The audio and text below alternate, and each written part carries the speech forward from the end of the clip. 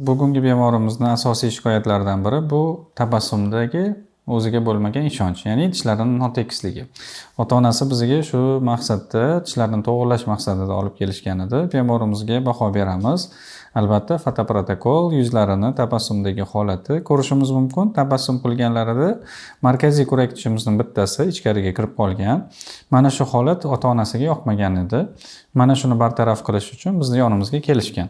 Yaqindan ko'rishimiz mumkin. Mana shu ichkariga kirib qolgan tishimiz chaynashda ishtirok etmaganligi uchun, tishlarni uzib olishda, ovqatlar mahsulotlarini uzib olishda ishtirok etmaganligi sababli uni ham rangi sal boshqacharoq holatda turibdi. Bizning asosiy maqsadlarimizdan biri shu tishimizni tashqariga chiqarishdan iborat edi. Og'iz bo'shlig'iga baho beramiz. Og'iz bo'shlig'ini holati, tishlarni yuqoriga va pastki tish qatorlarining kengligi yomon emas. Tishlarimizning munosabatlari yaxshi, faqatgina bizning markaziy va ikkinchi tishlarimiz kattaroqda joylashib qolgan edi. Yondan ko'rinishi, bu bemorimizda hali to'liq tishlari, sut tishlari tushmagan, aralash prikus davrida hali doimiy tishlari to'liqligicha chiqmagan edi. Bizga murojaat qilgan payti. Mana bu sohada ham sut tishlarini ko'rishimiz mumkin.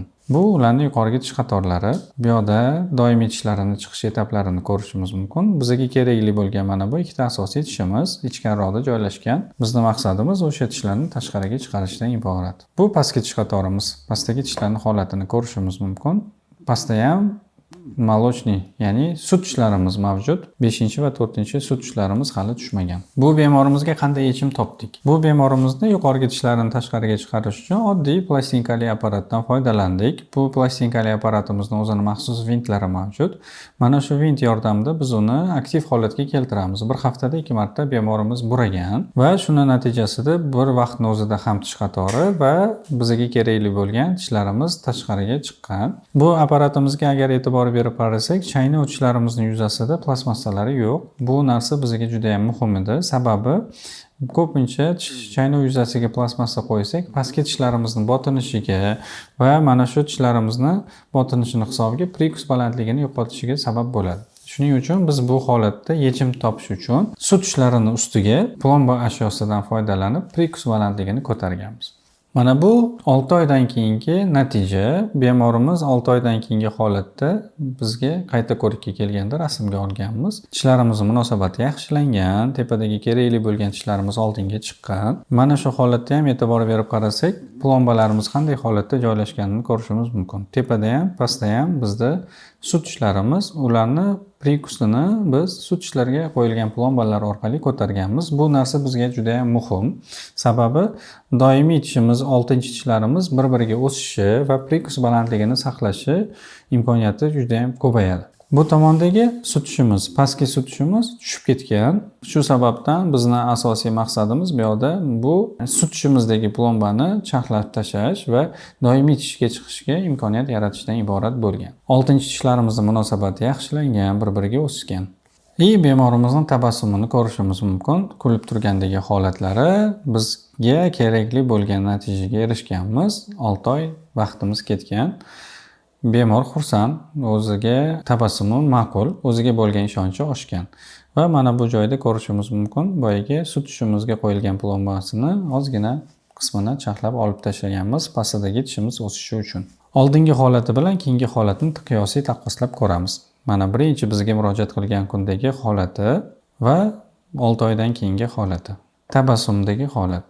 O'ziga bo'lgan ishonch ko'proq, tishlari tekis va bemorimizda kerakli muolajalar o'tkazilgandan so'ng apparatlarimiz yechilgan. Sut tishiga qo'yilgan plombalari olib tashlanmaydi. Sababi yaqinda sut tishlari almashadi. O'sha payt sut tishlari bilan birgalikda plombalari ham tushib ketadi.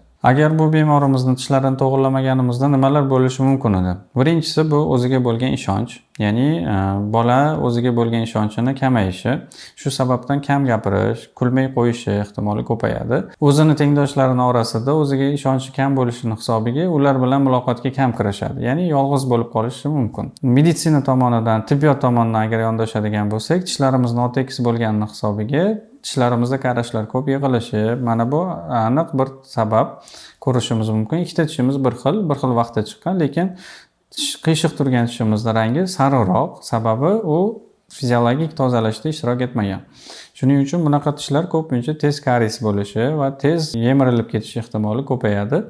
Buni oqibatida tishni tez yo'qotishga to'g'ri keladi. Keyingi sabablaridan biri yana agar tishlarimizni vaqtida to'g'irlamaganimizda jag'larimizni nosimmetrik o'sishi kuzatilishi mumkin edi. Ya'ni yuqori jag'imizni o'ng tomoni norma holatida o'sib, chap tomoni o'sishdan orqada qolishi ehtimoli ko'proq bo'lardi.